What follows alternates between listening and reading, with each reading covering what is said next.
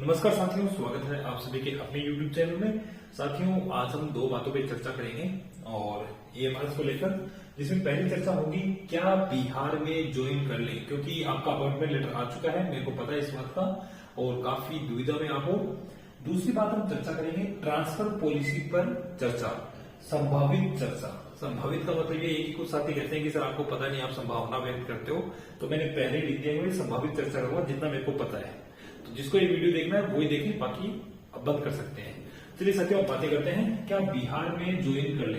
बिल्कुल साथी, अगर आपको लगता है कि वेटिंग डिले होगी तो आप ज्वाइन कर लीजिए, कोई दिक्कत नहीं है। 2-4 दिन और वेट कर लीजिए, क्योंकि अभी सर लास्ट डेट 29 फरवरी है, तो आप 1-2 दिन और वेट कर लीजिए। अगर कुछ अपडेट नहीं मिलती है तो डेफिनेटली ज्वाइन कर लीजिए, ठीक है।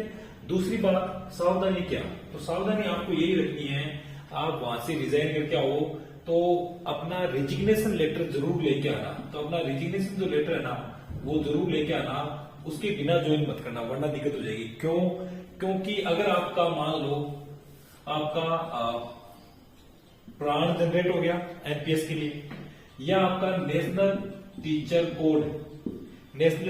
कोड जनरेट हो गया, तो आपको दिक्कत हो सकती है। जैसे मान लो आपने वहां पे तथ्य छुपा लिया और आपका नेशनल टीचर कोड जारी हो गया, आपका प्राण बन गया, और उसके बाद आप ये कहो कि मैं फ्रेश ज्वाइन कर रहा हूं और आपने रिजिग्नेशन लेटर में नहीं दिया, तो आपको क्या है कि दिक्कत हो सकती है।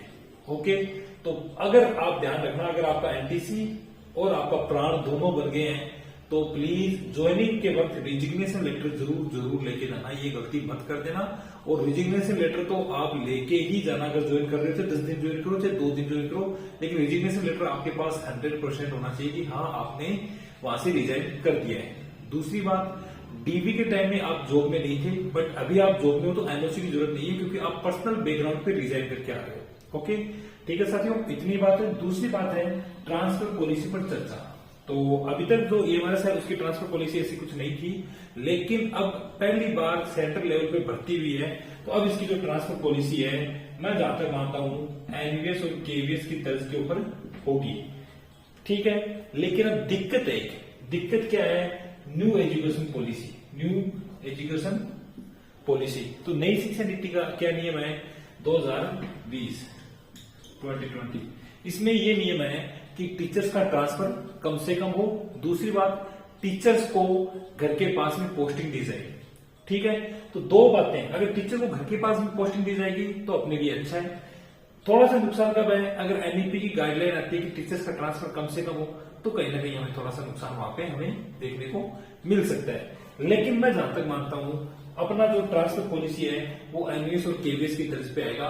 ज्यादा में तो 5 से 7 साल बाद, 5 to 7 years बाद हमें वहां से मूव करने का मौका मिल जाएगा।